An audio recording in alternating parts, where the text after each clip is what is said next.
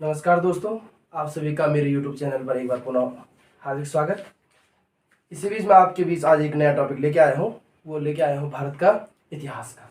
परंतु भारत के इतिहास को पढ़ाने से पहले मैं आपको जो मैंने कल वीडियो बनाई थी राजकीय चिन्हों पे, राज्य चिन्हों पे जो उत्तराखंड के संबंध में, तो उसमें मुझसे एक मिस्टेक हुई थोड़ा बोलने में। तो वो आप वैसे तो मैंने उसको कमेंट में क्या कर रखा है, पिन कर रखा है वीडियो के नीचे। आप कमेंट में देख लेना, कमेंट सेक्शन में, वहाँ पे मैंने उसको पिन करके रखा है। परंतु अगर आप वहाँ नहीं देखते हैं तो जो है जो उसमें दिखाया क्या, राज्य चिन्ह का आकार। तो राज्य चिन्ह का आकार आपको कैसा, समचतुर्भुज के समान, या कैसा, हीरे के आकार का। और जो आपका राज्य का आकार है वो है कैसा, आयताकार। तो आप लोग उसको क्या कर देना, थोड़ा उसमें क्या करना, सुधार कर देना, और बाकी एज इट इज आप क्या कर लेना, उसको पढ़ लेना। उसी के साथ मैं आज आपके बीच लेके आया हूँ इतिहास के बारे में जानकारी। किसके बारे में, भारतीय इतिहास के बारे में। किसके बारे में, भारतीय इतिहास। ध्यान से सुनिएगा, भारतीय इतिहास। अब इतिहास क्या है, इतिहास वही है जो हमें अतीत की घटनाओं के बारे में क्या देता है, जानकारी देता है। तमाम प्रकार की जो चीजें हमारे क्या अतीत में घट चुकी हैं उनके बारे में क्या देता है, हमें जानकारी देता है। परंतु इस इतिहास का जो साक्ष्य है, ये कितनी वास्तविकता है इनकी बातों पर, या कितनी वास्तविकता है इन चीजों का, तमाम चीजों का हमें क्या मिलता है, स्रोत मिलता है। किसके, इतिहास के हमें क्या मिलता है, स्रोत मिलते हैं। और इन स्रोतों के इन स्रोतों को पढ़ने, लिखने, देखने से हमें क्या मिलती है, जानकारी मिलती है कि उस समय ऐसी घटना क्या घटित हुई होगी। तो इसी संदर्भ में मैं देखो, वैसे जो भारतीय इतिहास है, भारतीय इतिहास को मैं 3 भागों में बांट रहा हूँ। कितने भागों में बांट रहा हूँ, 3 भाग। भारतीय इतिहास 3 भागों में बांट रहा हूँ। एक बांट रहा हूँ मैं प्राचीन भारतीय इतिहास, प्राचीन भारतीय इतिहास।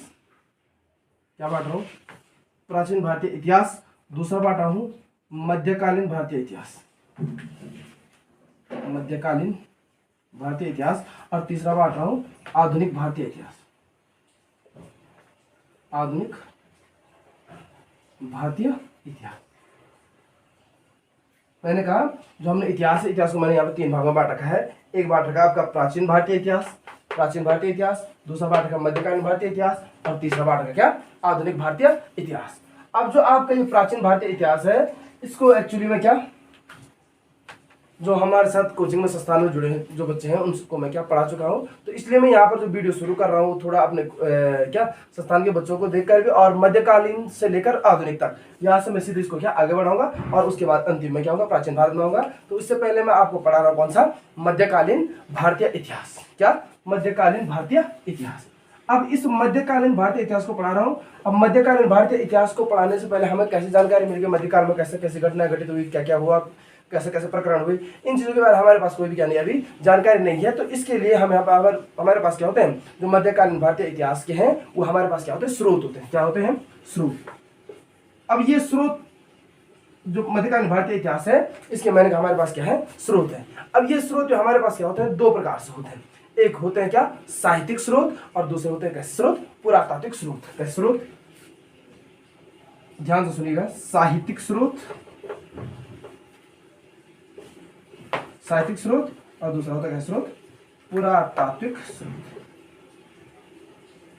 ठीक है दोस्तों, मैंने कहा हमारे पास तो भारतीय इतिहास, भारतीय मध्यकाल, हमारे पास इतिहास है। इतिहास को हम 3 भागों में बांट रखा है। बीच वाला है आपका मध्यकाल, और इसी मध्यकाल के बारे में हम क्या करें, पढ़ रहे हैं। अब इस मध्यकाल के बारे में हमारे पास जो जानकारी है, मैंने कहा 2 स्रोतों से है। एक है साहित्यिक स्रोत, और दूसरा क्या है, पुरातात्विक स्रोत। परंतु आपको पता होगा कि जो मध्यकाल है, मध्यकाल में जो साहित्यिक स्रोत है, इनका क्या रहा है, बहुत बड़ा क्या रहा है, योगदान रहा है। किसके बारे में जानने के लिए, भारतीय इतिहास के मध्यकाल के बारे में जानने के लिए। अब इन्हीं में से हम पढ़ेंगे, जो आपका पता होगा, आपको मध्यकालीन भारतीय इतिहास की क्या पढ़ेंगे, हम स्रोत पढ़ेंगे। क्या पढ़ेंगे, मध्यकालीन भारतीय इतिहास के स्रोत। हमारे पास 2 स्रोत हैं, साहित्यिक स्रोत और पुरातात्विक स्रोत। अब जो आपके साहित्यिक और पुरातात्विक स्रोत हैं, इनकी जानकारी, या जो उस समय मध्यकाल में आपके तौर पर तुर्क रहे और कौन यहाँ पर मुगल रहे, इनके बारे में हमें जानकारी कहाँ से मिलेगी, तो इनके बारे में जानकारी हमको कहाँ से मिलेगी, ये है हमारे पास क्या, कुछ प्रमुख स्रोत। तो एक जो आपका पता होगा, जो हमारे पास क्या है, साहित्यिक स्रोत है, वो हमारे पास साहित्यिक स्रोत के तौर पर क्या है, आपको पता होगा। हमारे पास जो साहित्यिक स्रोत है, मध्यकालीन इतिहास के बारे में जानने के लिए, मध्यकालीन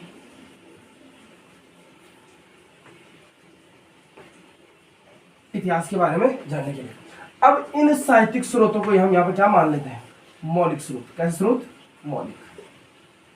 क्योंकि ज्यादा से ज्यादा जानकारी हमें आपको पता होगा किससे मिलती है, मध्यकालीन साहित्यिक स्रोत से मिलती है। अब इन मध्यकालीन साहित्यिक स्रोतों को विकसित किसने किया, तो इनको विकसित करने का श्रेय जाता है किसको, तुर्कों और मुगलों को। किसको जाता है, तुर्कों और मुगलों को जाता है इनको विकसित करने का श्रेय। किसको जाता है, तुर्कों और मुगलों। किसको जाता है भाई, तुर्कों और मुगलों। मैंने कहा पढ़े भारतीय इतिहास को 3 भागों में बांटा, मध्यकालीन, प्राचीन भारतीय, मध्यकालीन भारतीय, आधुनिक भारतीय। प्राचीन जो मध्यकालीन भारतीय हमारे मैंने का 2 स्रोत है, एक है हमारे पास पुरातत्व स्रोत, दूसरा क्या है, साहित्यिक स्रोत। साहित्यिक स्रोतों का मैंने कहा क्या होता है, अहम योगदान होता है। अब ये साहित्यिक स्रोत है, इन साहित्यिक स्रोतों को कहता हम क्या स्रोत, मौलिक स्रोत। और इन मौलिक स्रोतों को मैंने कहा जो साहित्यिक स्रोत है इनको विकसित करने का जब आ सकता है, मध्यकाल में साहित्यिक स्रोतों को विकसित करने का श्रेय जाता है, तो वो किसको जाता है, वो जाता है आपके तुर्कों को और किसको जाता है, मुगलों को क्या जाता है। यहाँ पर मध्यकालीन भारतीय जो मध्यकालीन भारतीय इतिहास है इसकी स्रोत की जानकारी देने का श्रेय जाता है तुर्कों और मुगलों को। तो इसी प्रकार से मैं आपको आज बताऊंगा क्या, जो हमारे मध्यकालीन हमारे पास क्या है साहित्यिक स्रोत है उनके बारे में क्या दूंगा, थोड़ी बहुत क्या दूंगा, जानकारी दूंगा। और मुझे लग रहा है कि वीडियो थोड़ी लंबी हो जाएगी, इसलिए मैं इसमें क्या करूंगा, 2 भाग में बांटूंगा, एक मध्यकालीन भारतीय इतिहास के स्रोत फर्स्ट और मध्यकालीन भारतीय इतिहास के स्रोत सेकंड। तो आज पहली वीडियो आएगी और इसके कल नेक्स्ट डे कौन सी वीडियो आएगी, दूसरी वीडियो आएगी। ठीक है, अब आप जानते हैं हमारे पास कई ऐसे क्या है साहित्यिक क्या है स्रोत है जिससे हमें क्या मिलती है, जानकारी मिलती है। तो एक इस्लामी परंपरा में एक ग्रंथ का नाम है क्या, अंसाब। क्या है, अंसाब। क्या है ग्रंथ का नाम, अंसाब।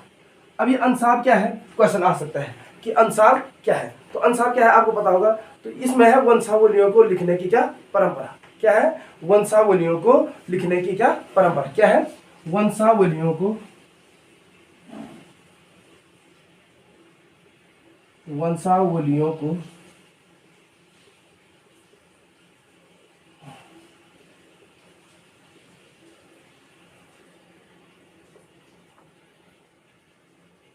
वंशावलियों को लिखने की परंपरा क्या कहलाती है, आपकी अंसाब कहलाती है। क्या कहलाती है, वंशावलियों को लिखने की परंपरा क्या कहलाती है, अंसाब कहलाती है।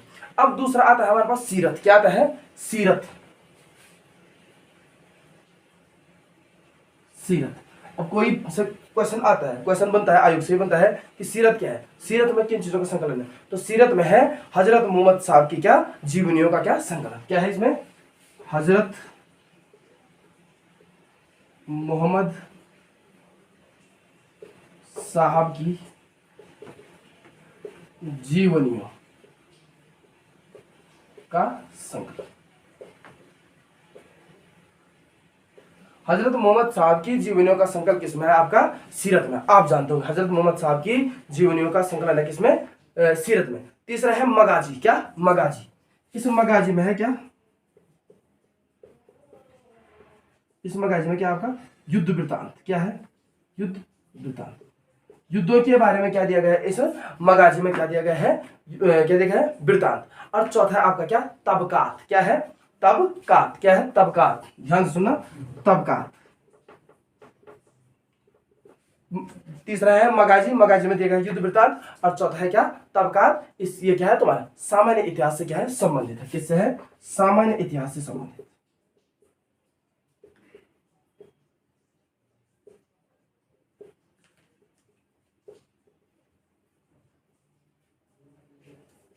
सामान्य इतिहास से संबंधित।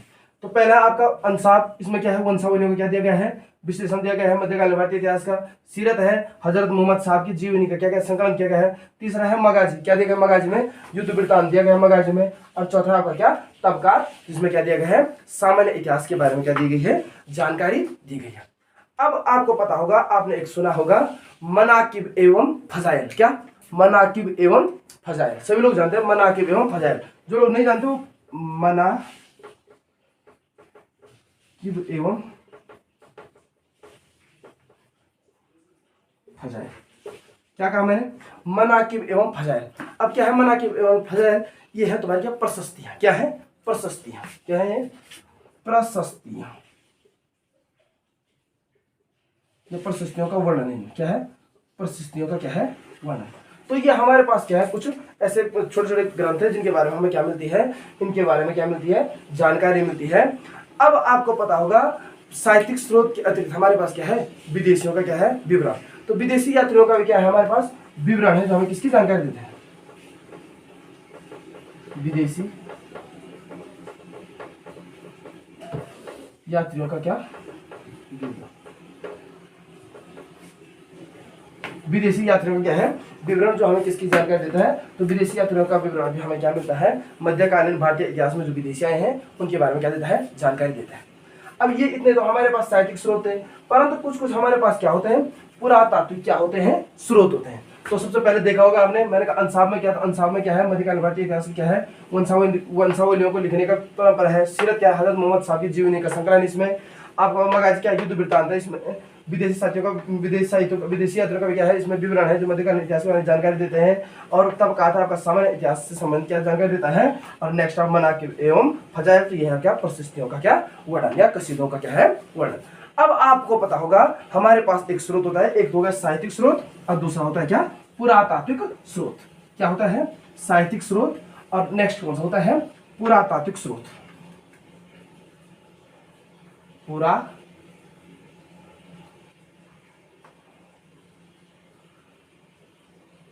पुरातात्विक स्रोत। परंतु मध्यकाल में पुरातात्विक स्रोत क्या था हमारे पास, तो मध्यकाल में आपको पता है कि पुरातात्विक स्रोत हमारे पास क्या, स्मारक भवन और स्तंभ लेख। क्या कहते हैं, स्मारक भवन और स्तंभ लेख। क्या कहते हैं, स्मारक भवन और स्तंभ लेख। क्या कहते हैं, स्मारक भवन और स्तंभ लेख। स्मारक भवन और स्तंभ लेख क्या थे भाई हमारे पास मध्यकाल में जानकारी के स्रोत, स्मारक भवन और स्तंभ लेख। अब इन स्मारक भवनों और स्तंभ लेखों से ही हमें क्या मिलती है, जानकारी मिलती है। किससे, किससे मिलती है, स्मारक भवन और स्तंभ लेखों से हमें क्या मिलती है, जो मध्यकाल में क्या है पुरातात्विक स्रोत, इनसे हमें क्या मिलती है, जानकारी मिलती है। अब ये तो था आपका क्या, पुरातात्विक स्रोत में स्मारक भवन और स्तंभ लेख। जो स्मारक भवन और स्तंभ लेख है इससे हमें क्या मिलती है, मध्यकालीन इतिहास के बारे में क्या मिलती है, जानकारी मिलती है।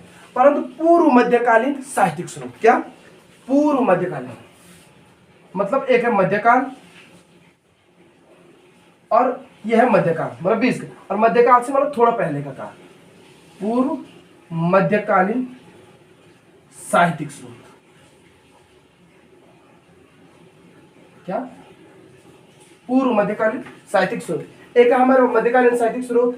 अब एक हम पढ़े क्या, पूर्व मतलब पहले, ऐसा समझ बात, पूर्वोत्तर, ऐसा समझ बात, पूर्वोत्तर तो बाद हो गया, परंतु पूर्व मतलब मध्यकालीन मतलब पूर्व मतलब पहले।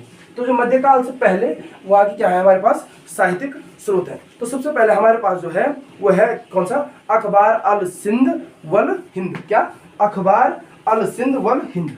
अखबार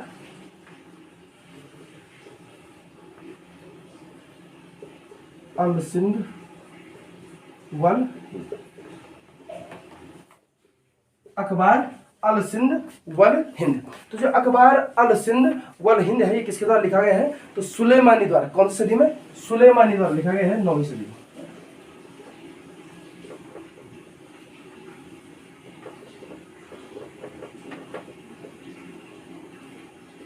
सुलेमानी द्वारा 9वीं सदी में लिखा गया क्या, अखबार अल सिंध वल हिंद किसके द्वारा लिखा गया है, सुलेमानी द्वारा लिखा गया। कौन सी सदी में, 9वीं सदी में। और इसमें किस चीज का वर्णन किया है, तो आपने सुना होगा त्रिपक्षीय संघर्ष। क्या सुना होगा, त्रिपक्षीय संघर्ष, त्रिपक्षीय संघर्ष। अब त्रिपक्षीय संघर्ष किसमें था, यह था तुम्हारे किसमें, पाल, प्रतिहार और राष्ट्रकूट। क्या है, किसमें था, पाल, प्रतिहार और राष्ट्रकूट। इनका क्या है इसमें वर्णन किया गया। किसमें, क्या, अखबार अल सिंध वल हिंद किसके द्वारा लिखा गया है, सुलेमानी द्वारा लिखा गया है। और इसमें त्रिपक्षीय संघर्ष के बारे में क्या गई है, चर्चा की गई है। इसमें जो 3 वंश था, पाल, प्रतिहार और राष्ट्रकूट, इन तीनों के मध्य क्या चलता रहा, त्रिपक्षीय संघर्ष चलता रहा। ठीक, नेक्स्ट है आपका मरूज अज जहद। मरूज अल जहद, मरूज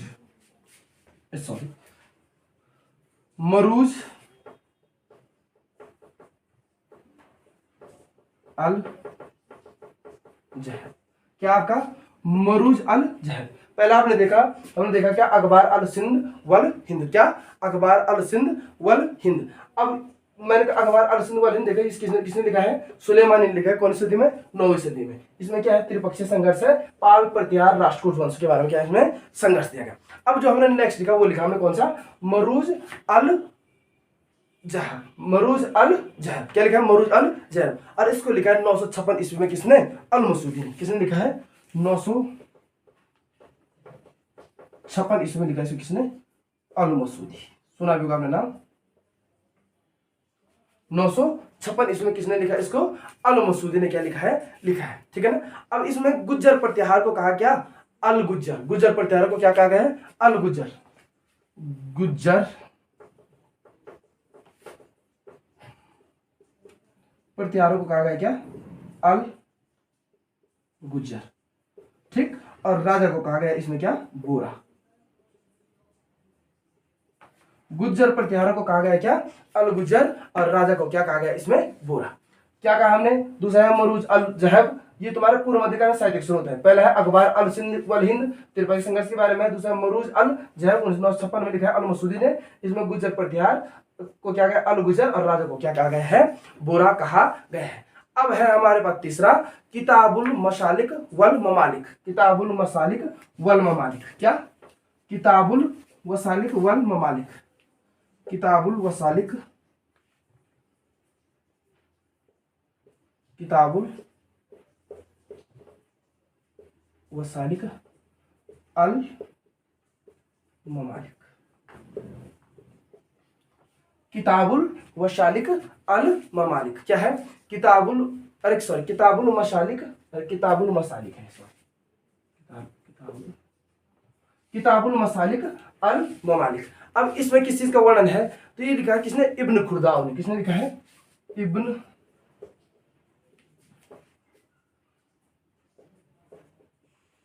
किसने लिखा है? इब्न खुर्दाव ने। किताबुल मसालिक अल ममालिक लिखा है किसने? इब्न खुर्दाव ने। अब इसमें क्या है? तत्कालीन भारतीय समाज का क्या है इसमें वर्णन है। क्या है?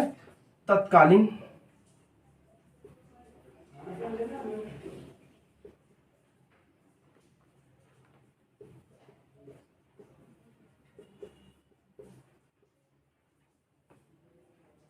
तत्कालीन भारतीय समाज का वर्णन। क्वेश्चन आएगा, पूछेगा तुमसे तत्कालीन भारतीय समाज का वर्णन किसमें दिया गया है? तो तत्कालीन भारतीय समाज का वर्णन है किसमें?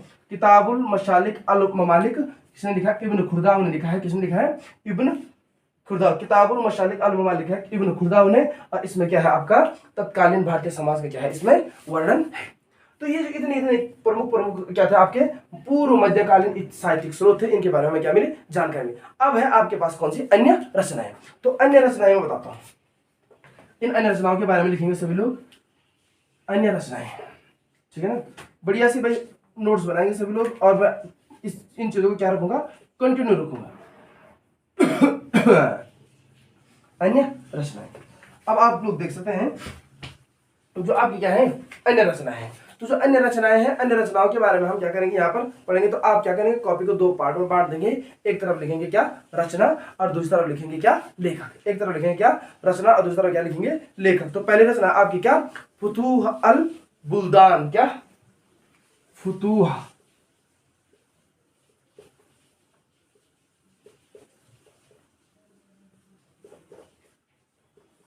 फुतूह अल बुल्दान।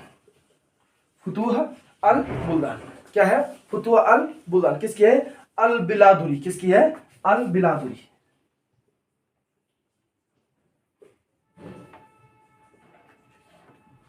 फुतूह अल बुल्दान किसकी है? अल बिलादुरी। दूसरा है क्या? गोडवाह। क्या है? गोडवाह।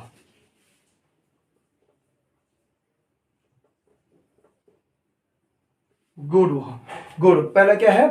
फुतूह अल बुल्दानी किसका? अल बिलादुरी। और दूसरा क्या? गोडवाह किसका है? ये वाकपति की। किसकी है ये? वाकपति। आता है, पूछता है वाकपति।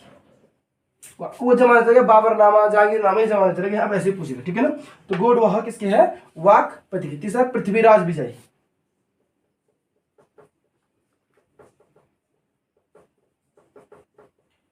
किसकी है?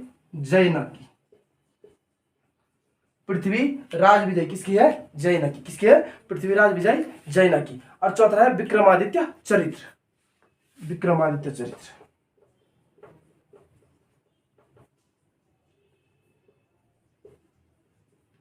विक्रमादित्य चरित। तो विक्रमादित्य चरित आपकी किसकी है? वो है आपकी की बिल्हण की। किसकी है? बिल्हण की। विक्रमादित्य चरित किसकी है? बिल्हण की। पांचवा आपकी राजतरंगिणी।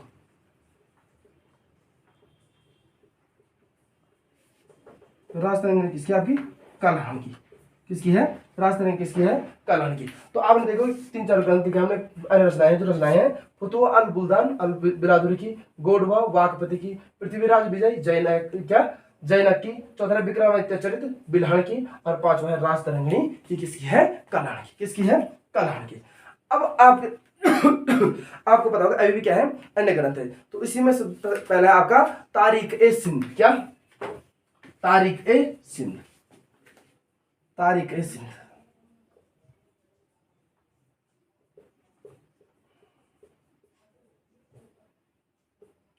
तारीख ए सिंध। कोई बता सकता है कि तारीख ए सिंध क्या है? तो वो है किसकी? मीर मोहम्मद मासूम। क्या? मीर मोहम्मद क्या? मीर मोहम्मद मासूम। क्या नाम कहा मैंने? मीर मोहम्मद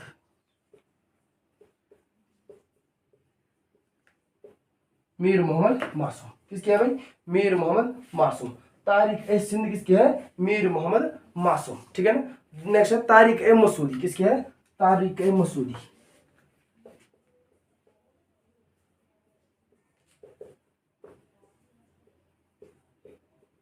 किसकी है? बैहाकी। तारिक ए सिंध मीर मोहम्मद मासूम, और तारिक ए मसूदी ये किसकी है? आपकी बैहाकी। नेक्स्ट आपका क्या? रामचरित्र। ये किसका? संध्याकर नंदी की। मैं बोल रहा, आप लिखो रामचरित्र। क्या है? रामचरित्र।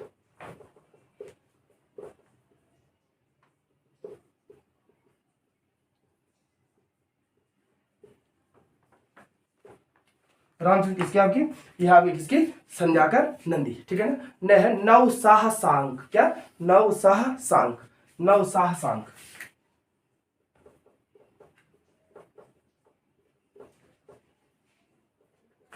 नवसाह सांग। तो नवसाह सांग, नवसाह सांग है किसकी? आपकी पद्म गुप्त की। नवसाह सांग चरित है शायद पूरा। नवसाह सांग चरित है किसका? पद्म गुप्त की। वीडियो मुझे लग रहा है लंबी हो सकती है, तो इसलिए मैं देखूंगा अभी क्या।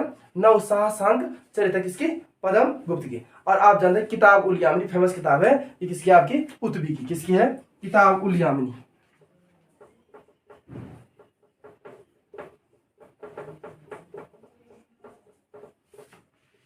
किताबुल यामिनी किसकी है? उतबी की। किताबुल यामिनी किसकी है? उतबी की। और लास्ट आपका क्या? सियासतनामा। तो किसकी है? निजाम उल मुल्क तुसी। सियासतनामा किसकी है? सियासतनामा ये किसकी है? निजाम उल मुल्क तुसी। ठीक है ना। तो ये इतना पूरा था आपका किसका बारे में? ये था किसके बारे में? आपके जो भारतीय मध्यकालीन भारतीय इतिहास है, मध्यकालीन भारतीय इतिहास की हमारे पास क्या थी, कुछ अन्य प्रमुख रचनाएं थी या कुछ अन्य रचनाएं थी, इनके बारे में हमने क्या पढ़ा। और ये इतनी जानकारी हमको क्या प्राप्त हुई यहाँ से। तारिक ए सिंध किसकी है? सभी लोग देखेंगे। तारिक ए सिंध मीर मोहम्मद मासूम की, तारिक ए मसूदी बैहाकी की, रामचरित्र तुम्हारे संध्याकार नंदी की, नवसाह सांगा चरित्रांगा पद्म गुप्त की, किताब उल यामिनी आपकी उतबी की, और सियासतनामा आपकी इसकी निजाम उल मुल्क तुसी। ठीक है ना। अब देखो ये तो भाई यहाँ तक की जानकारी थी, परंतु जो आपको तुमको पता होगा सल्तनत काल क्या? सल्तनत कालीन ऐतिहासिक स्रोत। कौन से कालीन ऐतिहासिक स्रोत? सल्तनत कालीन ऐतिहासिक स्रोत। अब सल्तनत काल में आपको पता होगा जो दिल्ली सल्तनत है, इस दिल्ली सल्तनत में क्या हुआ? आपके पास जो प्रमुख वंश हुए हैं वो हुए कितने वंश? 5 वंश। कौन कौन से वंश हुए हैं? 5 वंश। दिल्ली सल्तनत मैंने कहा प्रमुख वंश हुआ आपके कौन से वंश? 5 वंश। पहला है गुलाम वंश, जिसको मामलुक वंश के नाम से भी जाना जाता है, गुलाम वंश या मामलुक वंश। दूसरा आपका खिलजी वंश, तुगलक वंश। चौथा आपका सैयद वंश, और पांचवा आपका लोधी वंश। लोधी वंश। ठीक है। अब जो ये आपके 5 वंश है, इन 5 वंशों के बारे में हमें क्या देखनी है? जानकारी देखनी है। ठीक है ना। अब ये 5 वंश, इन 5 वंशों के हमारे पास क्या होना चाहिए, साहित्यिक स्रोत या ऐतिहासिक स्रोत। तो इनके हमारे पास ऐतिहासिक स्रोत आप सभी जानते हैं, जो आपका गुलाम वंश, खिलजी वंश, तुगलक वंश, सैयद वंश और लोधी वंश है। इन वंशों को हम प्रमुखतः क्या मानते हैं, दिल्ली सल्तनत में मानते हैं। परंतु इनको भाई प्रचलित करने का श्रेय किसको जाता है, किसको जाता है, तुर्कों को। किसको जाता है, तुर्कों को। किसको जाता है, अफगान एवं तुर्कों को। और आपको बता दें अफगान और तुर्क क्या थे, अफगान एवं तुर्क प्रमुख क्या सैनिक थी, कैसे सैनिक। ये एक दूसरे के कहते दास्ता गुलाम, इसीलिए तुमको बताइए गुलाम वंश। मोहम्मद गौरी का गुलाम कौन था, आपका कुतुबुद्दीन ऐबक, ठीक है ना। तो इस वंश का नाम गुलाम वंश, पर मैंने कहा अब सिंपल तो क्या थी, सैनिक थे। और सैनिक होने के कारण मैंने कहा इन्होंने क्या किया, अब जैसे इनका क्या हुआ, जो उत्तराधिकारी था या बड़े राजा हुआ करते थे, उनके छोटे छोटे सामंत हुआ करते थे, तो इनकी क्या हुई, मृत्यु हुई। तो उसके तत्पश्चात इन्होंने क्या किया, वहां पर अपनी शासनसत्ता स्थापित की और वहां पर किस वंश की स्थापना, गुलाम वंश की स्थापना। तो पहला जो वंश आपका, जो आपका क्या है 1206 में आपका कौन है, कुतुबुद्दीन ऐबक क्या बनता, राजा बनता किस वंश का, मामलुक वंश का या गुलाम वंश का। परंतु इनकी जानकारी हमारे पास क्या है, होती है। अब इनकी जानकारी को तुम्हें पता होगा, इस्लामी कला, इस्लामी साहित्य, इस्लामी जो क्या है आपके बड़ी बड़ी विधाएं हैं, उनको प्रचलित करने का श्रेय भी किसको जाता है, जो सल्तनत कालीन क्या है शासक है, इनको क्या जाता है, ज्यादातर जाता है। परंतु इसमें से हम एक प्रमुख पढ़ेंगे जिसका नाम है चचनामा। क्या है, प्रमुख साहित्यिक स्रोत। क्या, प्रमुख साहित्यिक स्रोत। और उस प्रमुख साहित्यिक स्रोत का नाम है आपका क्या, चचनामा, ठीक है ना। इसका लेखक आप लोग क्या करेंगे, सर्च करेंगे। और मैंने भी अपनी तरफ से सोर्स लगाया था, परंतु मुझे मिल नहीं पाया। परंतु आप इसकी क्या करेंगे, कोशिश करेंगे कि भाई क्या ये जो चचनामा है वो किसने लिखे। और इस चचनामा से हमें क्या मिलती है, इस चचनामा से हमें जानकारी मिलती है अरबों की क्या, सिंधु विजय। क्या मिलती है, अरबों की सिंधु विजय के बारे में जानकारी मिलती है, किससे, चचनामा से। अरबों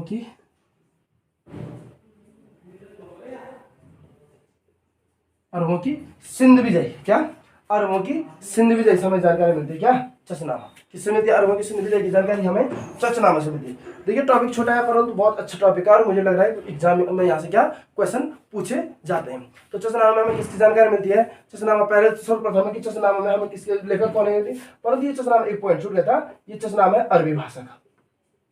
किस भाषा का, अरबी भाषा, ठीक है ना। लिखा गया है किसमें, अरबी भाषा में है क्या आपका चचनामा। अब इस चचनामा से हमें क्या जानकारी मिलती है, आपने एक शासक का नाम सुना होगा तुगलक वंश में, मोहम्मद बिन तुगलक, पक्का सुना होगा आपने, ठीक है ना।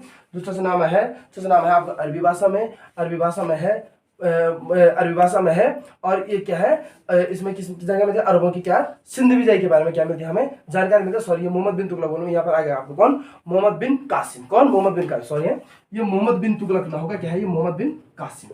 क्या है, मोहम्मद बिन कासिम।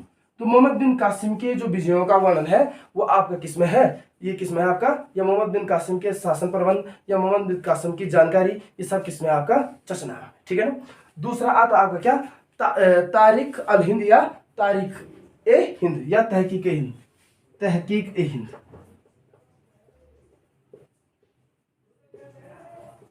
तहकीक ए हिंद। और तहकीक ए हिंद आपको पता है एक प्रचलित क्या है ग्रंथ है, ये तहकीक ए हिंद। अरे किस क्या है, कौन है इसका लेखक, तो इसका लेखक है आपका कौन, अल-बरूनी। कौन है लेखक, अल-बरूनी।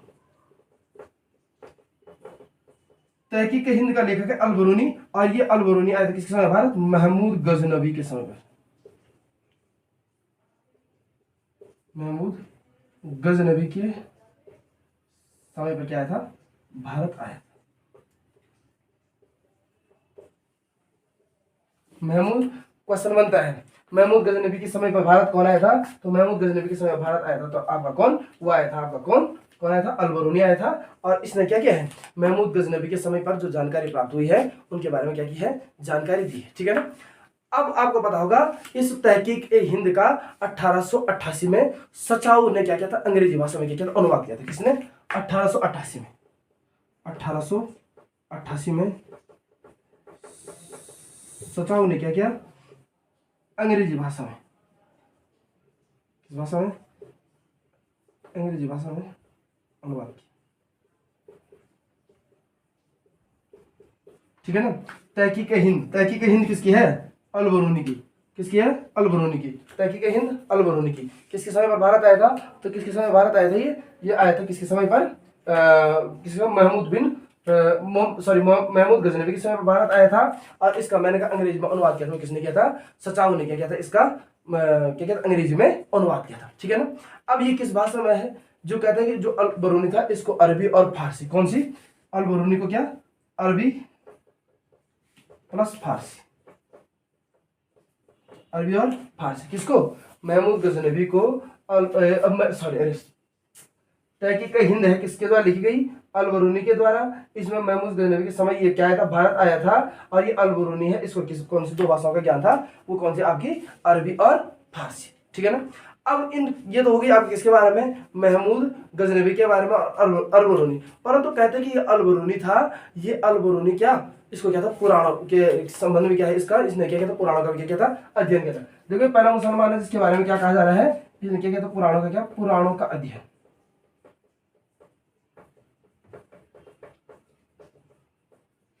प्रथम मुस्लिम,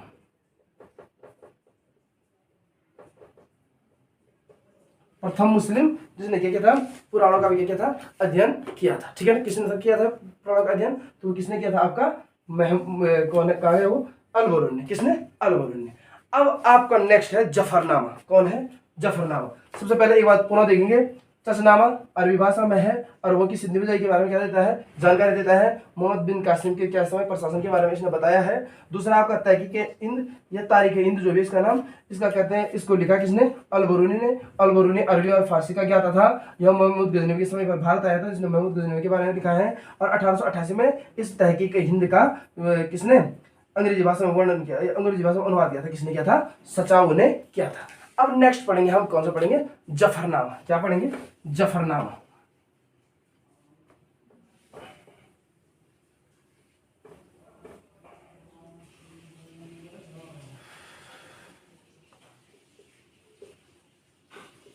जफरनामा। अब आपको पता होगा जो जफरनामा है, जफरनामा के बारे में जानकारी कहां से मिलेगी भाई? तो जफरनामा के बारे में, ये जफरनामा पहले किस पे लिखा गया है? कि तैमूर की जीवन गाथा है। क्या है? तैमूर। जफरनामा क्या है? तैमूर की क्या है? जीवन गाथा। कोई पूछ लेगा तुमसे जफरनामा कौन है, तो कौन है आपका? क्या है इसमें? तैमूर की है इसमें जीवन गाथा। नेक्स्ट है किताब उल यामिनी। किसकी है? किताब उल यामिनी।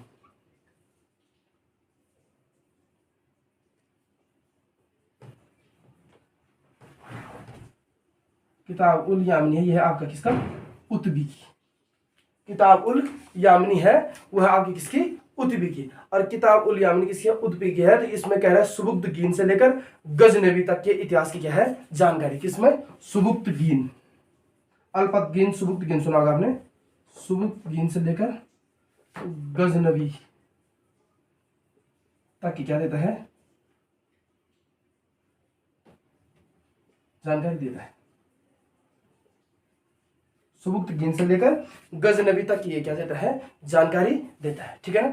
अब आपको पता होगा नेक्स्ट आपका क्या? जैनुल अखबार। कौन सा अखबार? जैनुल अखबार।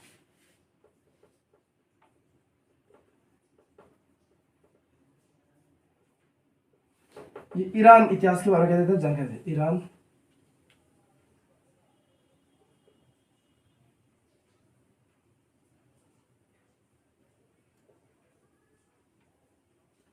ईरान इतिहास के बारे में जानकारी देता है आपको कौन सा? जैनुल अखबार। और इसने गजनवी के जीवन क्रियाओं का क्या क्या है? क्या क्या है? वर्णन किया है। क्या क्या है? गजनवी के जीवन क्रियाओं का वर्णन। गजनवी के जीवन क्रियाओं का वर्णन।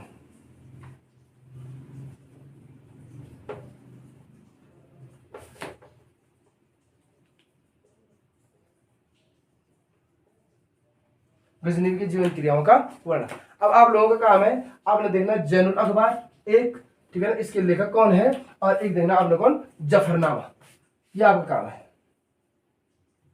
लेखक दो काम दे रहा हूं मैं आपको, जैनुल अखबार और जफरनामा। इनके लेखक लिख के लाएंगे आप लोग। कुछ तुम करो तो कुछ हम करें, तभी समस्या का क्या होगा? समाधान हो पाएगा।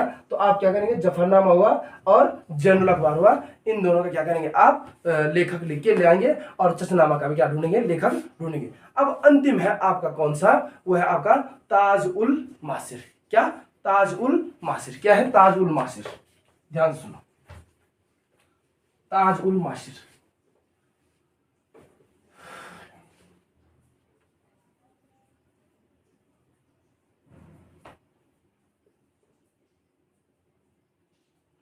ताज उल मासिर। क्या है? ताज उल मासिर। किसका है? ताज उल मासिर। अब इस ताज उल मासिर लिखा है किसने? हसन निजामी। किसने लिखा है? ताज उल मासिर हसन निजामी। हाँ, ताज उल मासिर लिखा किसने? हसन निजामी ने। बिल्कुल, ताज उल मासिर किसने लिखा? आपका हसन निजामी ने लिखा। किस? क्या? ताज उल मासिर। और इसमें आपका वर्णन है 1192 से लेकर 1218 तक। 1192 से लेकर 1228, 1192 से लेकर 1228 तक की क्या इसमें जानकारी। ताज उल मासिर में है, लिखा किसने? हसन निजामी ने। और इसमें क्या है? 1192 से लेकर 1228। और 1191 आपको होगा तराइन का पहला 1191 में, और तराइन का द्वितीय युद्ध हुआ था कब? 1192। तो 1191 से लेकर कह रहा है 1228 तक की इसमें क्या है जानकारी है। अब इसमें हसन निजामी कह रहा है जो दिरहम और दिनार नामक सिक्के थे। क्या? दिरहम व दिनार। कौन कह रहे हैं? हसन निजामी। कौन कह रहे हैं? हसन निजामी कह रहा है दिरहम और जो दिनार सिक्के थे। क्या? दिरहम और दिनार सिक्के थे, इनको किसने जारी किया था? कुतुबुद्दीन ऐबक ने क्या किया था? जारी किया था।